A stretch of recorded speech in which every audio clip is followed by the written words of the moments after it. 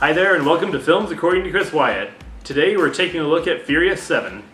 In the 7th entry of the very popular Fast and Furious series, this time simply titled Furious 7, because I guess being fast wasn't important this one, just furious.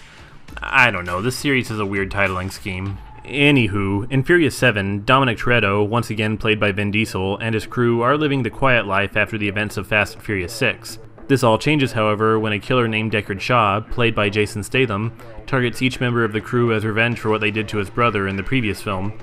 Aware of their circumstances, Dom and his team are recruited by government agent Frank Petty, played by Kurt Russell, who agrees to help them find and catch Shaw if they, in return, help him apprehend a mercenary played by Djimon Hounsou first. So once again, the team bands together for the biggest and fastest ride yet. So right up front, what did I think of the movie? Personally, I thought it was awesome. Like many converted fans, I wasn't originally a fan of this series, but I started to come around after seeing Fast 5. I had to ask myself, did this series really get better over time, or were we just worn down by it? The more I thought about it, though, the more I realized that the Fast and the Furious movies actually did find a winning formula that's been serving the series quite well. Now, don't get me wrong, I know the first film had a fan base, but I wasn't part of it. Didn't hate the movie, but it was basically a subpar melodrama, occasionally interrupted by a few half-decent chase or action scenes. Wasn't without its moments, but little bit stuck out. Parts 2 and 3 only continued the downward spiral, though Part 4 showed some faint signs of improvement with a better focus on action, but still didn't win me over. Fast 5 was when the series really hit its stride. It's not that the series got any smarter. Hell, if anything, I think what made it work was the way it embraced its inherent stupidity. The action was more over the top, and as a result, way more creative, ambitious, and entertaining.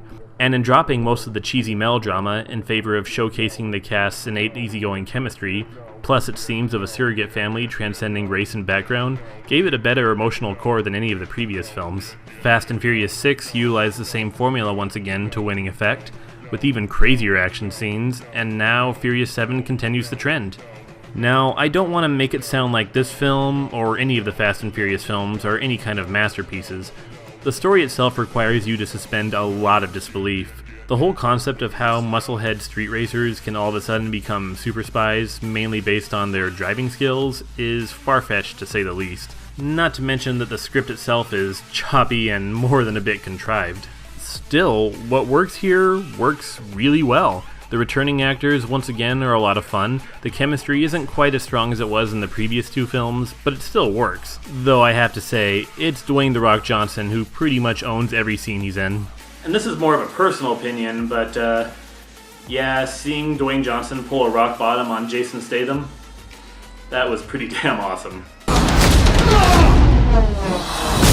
Speaking of Jason Statham, he's another solid addition to this series.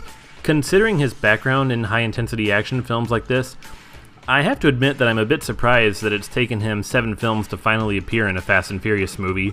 Better late than never, I guess. Also including heavy hitters like Djimon Hounsou and martial artist Tony Jaa. No complaints there. The action scenes themselves are, as expected, pretty damn awesome. The series' new director, James Wan, is best known for his work in the horror genre, namely as the filmmaker behind the original Saw. He proves to have some surprisingly solid action chops.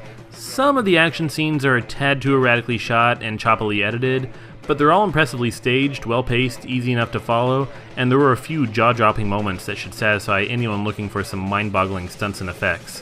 Yes, that skyscraper jump you've seen in the trailers hits even better on the big screen.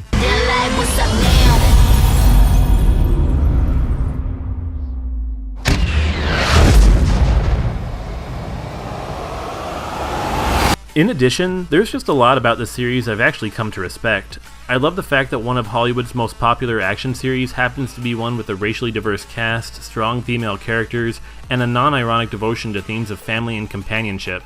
We need more of that in Hollywood today. And finally, yes, the film's final moments that pay tribute to the late Paul Walker, who tragically died midway through the film's production, are genuinely moving and touching. So overall, yeah, Furious 7 is kind of awesome. If you're looking for a fast-paced, action-packed, and memorable ride, look no further than Furious 7. I give the movie 3.5 stars out of 5. You thought this was gonna be a street fight?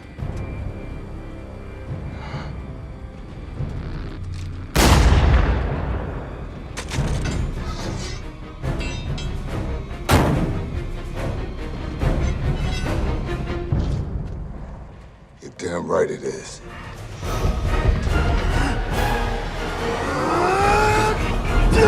Alright, thank you so much for watching this video. Let me know what you thought of Furious 7 by leaving me a comment below. And if you like what you saw and you want to see more, click subscribe and tune in every Monday for a new video.